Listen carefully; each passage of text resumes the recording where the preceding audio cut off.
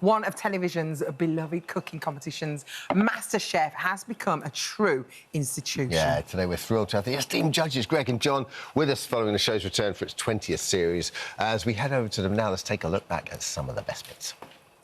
I could be wrong, but I think John Torode just told you to push it with salt and pepper. I think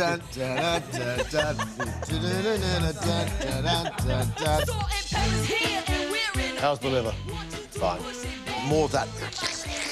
You got Scotch bonnet chilies in there. Yes. But Get out of just here. let me finish the sentence. Let me... Heart. Healthy. Wow. Sally, a beautiful looking dish. Doctor, you're very calm under pressure, aren't you? Lots of patience. Kidneys? Too rare. Greg, Wallace and John Torode. It's so great to have you with us. I love those clips. What does it feel like watching it 20 years? It's like looking at old holiday snaps to me. It's like... That's right, isn't it? I mean, the funny thing, because we sort of see a series, but actually looking back at all the little bits, and look, one with age, things have changed, food's changed, but all the experiences and the smiles and the laughter and, you know, just it's encouraging and fun. You know, it is, it's great. It is lovely to watch you watch yourself back. Do you ever watch yourself back, Greg? Yeah, but they said so in the papers. They said I watched every episode, which isn't true. I've watched some to see which clothes work better and which ones... And what works better for you? Whatever hides me belly.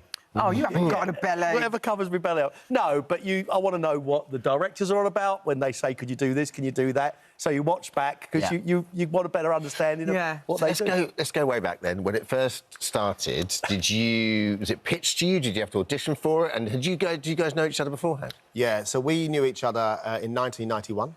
We met in a restaurant in Sydney Street. Greg was a greengrocer, and I wanted coriander with a root on it to make Thai food. Greg found it, he became the greengrocer forever. So we've known each other for a really, really long time. Wow. And then I was pitched this programme, which was a reinvention of Masterchef, going around shopping centres, people bringing in plates of food and us tasting them and seeing what they were like. And that was the original format. That's what was going to happen. Right. So when did it get changed to this competition? Well, then Greg came on, and then it all sort of it just changed and moved on and moved on and moved on. Well, my agent said, get down to... There's this company called Shine. They're making a food programme. They're looking to see you.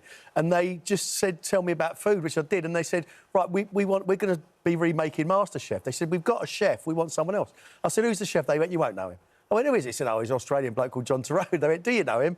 I went, he's been buying fruit and veg off me for about a decade. I know him really, really well, yeah. So they put us both together and we were comfortable with each other, and consequently, that was 20 years ago. So I suppose what's happened, because we knew each other so well, there's that sort of... We've got our own knowledge, and there's a respect for that knowledge. Yeah. And, you know, being around... I mean, Greg has probably eaten in more restaurants in London than any person that I've ever met. I mean, he was eating out all the time when he was supplying fruit and veg.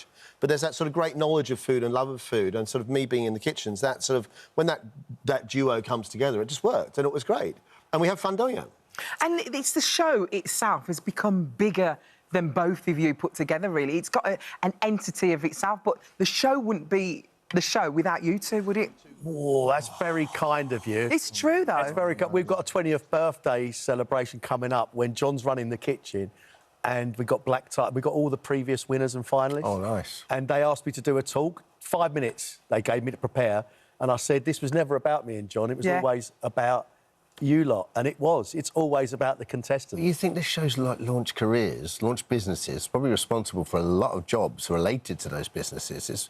It's properly altered the food scene, really. What changed? What's evolved in terms of just the show itself, but also how has food evolved in the last 20 years? Well, I think very much so. It's become egalitarian. You know, it's no longer just about having to dress up and go to a restaurant. You know, and now we're seeing the advent of, you know, whether it be fast food or whether it be, you know, chain restaurants, whatever. But actually, to go out and eat becomes a normal part of life. To go and cook something at home becomes a normal part of life. But people are fascinated by food, by travel, and by people. And realistically, those three things actually happen within MasterChef. You know, you've got people with personality, you've got food, which is ever-changing, and we travel, and the food, of course, is about people travelling the world and their own experiences. Yeah. But for me, one of the most wonderful things with MasterChef has been this sort of pride of heritage. Britain is an extraordinary multicultural country, which you're so lucky to go and eat the most amazing food from everywhere in the world. But people are coming in really proud of their heritage, saying, I grew up in Britain, but this is what we ate at home. I'm bringing the two together. Yeah. or I'm bringing 3 things together. Multicultural and Fantastic. also multi-regional as well. So what what you'll eat from generation to generation in Cornwall will be totally different for you in East Anglia, you know? Well, I love that about it. I was talking to... I've got Welsh mates, and they thought... Do you know what curry half and half is? No. No, because you're not Welsh. Oh, is it half chips, half curry? It's half chips, half rice. With curry sauce. And Welsh people think that's everywhere. But it... And it isn't? No, everybody's got their own regional It sounds differences. great. Yeah. Really Double nice. carb and curry sauce. What's not to like? So the 20th series is coming up. Obviously, there's been a lot of rumours whether or not this is the last one. We're really hoping it's not. And obviously, we want you to put these rumours to bed. With this, is this going to be the last series? Alison, stop it. Stop it. There's not April gonna Fool's be. Day. There's not breaking any vases here. Don't even start on this one. But anyway, we are, you know, the great thing is it is on BBC One. It's always on BBC One. It's on again tonight. There's a quarter-final night, 6 extraordinary cooks going through, find it out. And then we're back on now for the next 7 weeks. BBC One. And, of course, you can catch up on iPlayer. To be a politician, that He's was a not very good answering the answer. question. Very good. No, it's definitely not the last one. I knew it would It's be. definitely... We're not doing an ant and deck at the end of Talking about Saturday the Night food White scene, how's Takeaway. I mean, I know you don't do what you used to, but how's the fruit and veg scene must be totally different to what it was like 20 years ago? Yeah, oh, when What I first started, the only restaurants were posh ones. Yeah. And where the waiters used to make you feel uncomfortable. And we would all struggle to understand the wine list. But now... It's not like that anymore. It's a real open, egalitarian scene, as John said, but also the explosion in fruit and veg. When I was supplying restaurants with fruit and veg, vegetarians used to have to hide in basements in Soho. Yeah. Why? Because they were the only places that you could get veg-only dish. Now, there is not a single restaurant that won't have at least 2 or 3. And vegan. Veg and vegan dishes. An explosion in veg, which is great. But also, the other thing, the really massive change, I think, also for MasterChef has been the advent of the internet. Because you can find how to do absolutely anything. And there was this guy, and he was doing this outside challenge in a tent, and he had 10 sides of salmon to clean, and he got his hand, with a rubber glove, his hand, and started skinning the salmon with his hand and took the skin off. I was like, how'd you get that? He went, internet.